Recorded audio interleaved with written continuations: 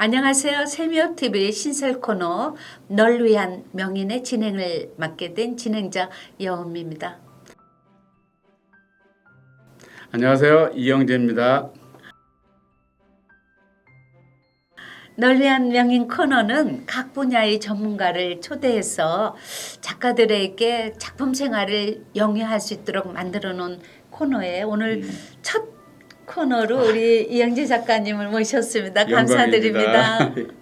이영재 작가님 프로필을 통해서 잠시 소개를 해드렸는데 네. 이번 시간에 직접 시청자들과 인사를 나누도록 해보시죠. 안녕하세요. 이영재입니다.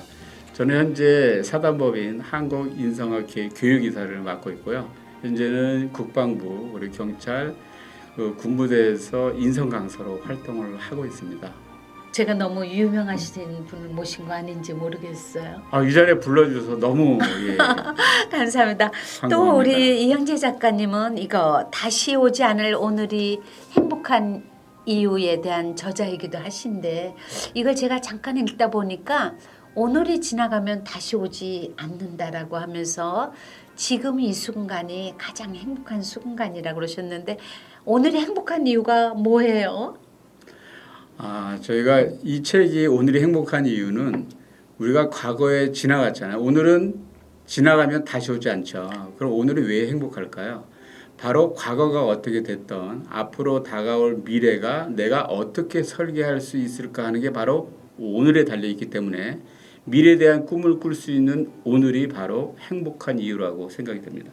그러면 못 읽어보신 분들이 알 수 있는 거는 간략하게 얘기하면 새로운 미래를 설계할 수 있기 때문에 오늘이 행복하다는 거네요. 맞나요? 그렇죠. 그래요. 예. 또 책을 읽다 보니까 여기에 저자님이 삼성전자 그 디스플레이 개발실에서 수석 연구원으로 30년 동안을 삼성과 함께 하셨더라고요. 근데 그런 원동력이 어디로부터 온 걸까요?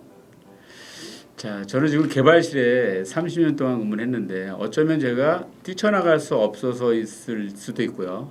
아니면 저는 신입부터 개발하는 과정이 굉장히 재미있었어요. 그래서 나름의 긍지를 갖고 생활했는데 한때는 싸이의 강남 스타일이 너무 재미있어서 제가 회사에다가 그거를 패러디를 해봤어요. 그래서 개발 스타일을 만들어서 사내 삼성전자 그룹에 공유도 한번 했었거든요. 그래서 이러한 이벤트 기획하고 진행하고 하는 걸 보면 제가 일에 끌려가는 게 아니라 일을 즐기는 제 자신이 주체가 돼서 살아왔던 게 아마 이렇게 하다 보니까 오랜 시간을 있을 수 있지 않았나 생각이 됩니다. 우리 이영재 작가님은 또 저희하고 굉장히 남다른 어떤 그런 인연이 있어요. 그렇죠? 네. 얼마 전에 저희하고도 또 심리치유를 통하여 마음열기라는 강의도 직접 해주시고 또 남북평화문화센터였나요? 거기가 도슨트 교육 과정이 굉장히 어려운 건데 거기서도 나의 역할 이해하고 실천하기라는 것을 세미업과 함께 진행하셨어요. 그렇죠? 네. 근데 일반인들이 강의하시면서 미술 강의 굉장히 어려워하셔요. 미술 쪽 분들하고 하는 거를. 근데 이렇게 남다른 애정을 갖고 계시는데 특별한 이유라도 있으신가요? 저는 미술을 잘 하지는 못하지만 관람하고 하는 건 굉장히 좋아해요. 그래서 전시회도 가끔 가는데 미술을 보면 이런 그림을 그냥 보는 게 아니라 이건 작가가 어떤 것을 나타내려고 이렇게 표현을 했을까라는 생각을 많이 하게 됐어요. 그러다가 기회가 돼서 심리 강의를 하게 됐는데 그러다 보니까 더더욱 이 그림의 유명 작가들의 그림을 보고 이러한 면이 있었겠구나 하는 걸 풀어서 강의에 아마 조금 접목을 시켰던 게 이런 시간을 가졌던 것 같습니다.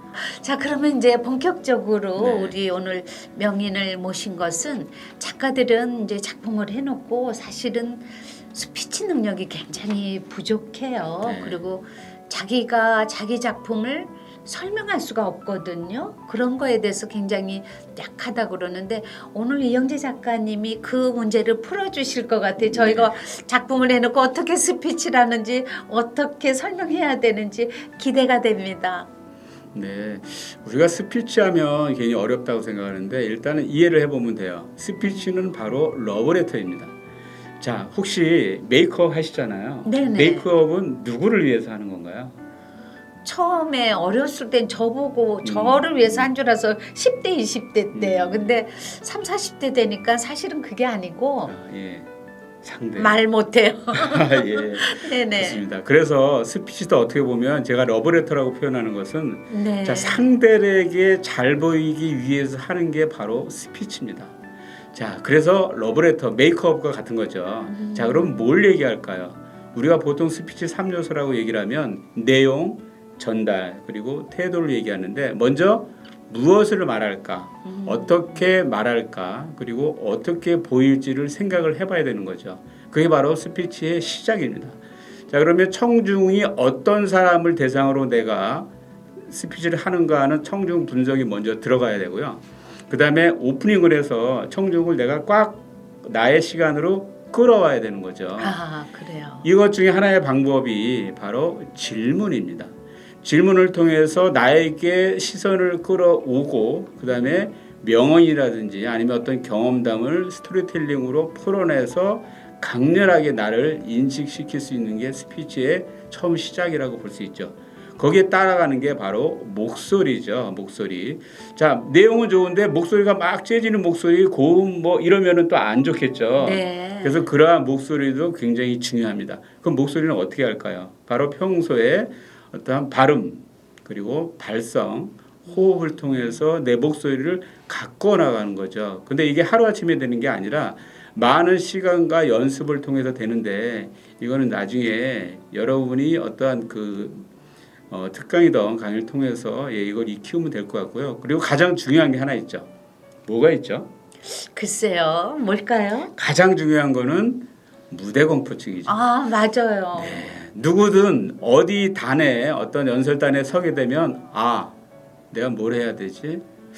나 어떻게 나 창피하지 않아? 나 모양 괜찮나? 이런 생각하다 보면 네. 내가 뭐를 얘기해야 될지 다 잊어버리죠. 아, 그래서 그래요. 가장 중요한 게 무대 공포증인데 이럴 때 저는 두 가지의 이걸 키울 수 있는 방법을 제시합니다. 첫 번째는 상상 리허설, 두 번째는 셀프 리허설입니다. 자, 상상 리허설은 뭘까요? 내가 스피치를 어떠한 연설 주제로 발표를 하고 났을 때 사람들이 환성을 지르고 환호를 지르고 멋있다 박수치고 이러한 장면을 내가 상상해 보라는 거죠. 그러면 내가 어느덧 힘이 나죠. 힘이 나고 그 다음에 셀프 리허설은 뭘까요? 아무리 유명한 강사라도 내가 다 외울 수는 없습니다. 그럼 어떻게 할까요? 연습을 하죠. 연습을 통해서 내가 생각하고 있는 거를 가다듬고 나가는 거죠. 그럼 연습을 어떻게 할까요? 여러분이 다 갖고 계신 거 있죠. 바로 핸드폰입니다. 자, 핸드폰으로 내가 영상 촬영을 해보는 거죠. 내가 발표하는 걸. 그리고 내가 나중에 그걸 리뷰를 해보면 아, 저럴 땐 저 자세가 나가면 안 되는데 저럴 때 저 내용을 빼먹었네. 이 내용이 들어가야 되는데 여기서 강조해야 되겠구나 하는 이런 것들이 나의 눈에 보이거든요. 근데 선생님 너무 어려워요. 어려우니까 이제 연습을 하면 되죠. 가르쳐 주실 거죠? 네. 자기소개를 한번 예를 들어볼까요? 네네. 자, 그 자기소개는 어떻게 할까요? 자기 PR이죠. 자기소개는 나를 가장 나타내는 자기 PR 방법이죠. 그럼 처음에 어떻게 될까요? 목소리와 강렬한 인상도 중요한데 가장 중요한 거는 나를 나타내는 거죠.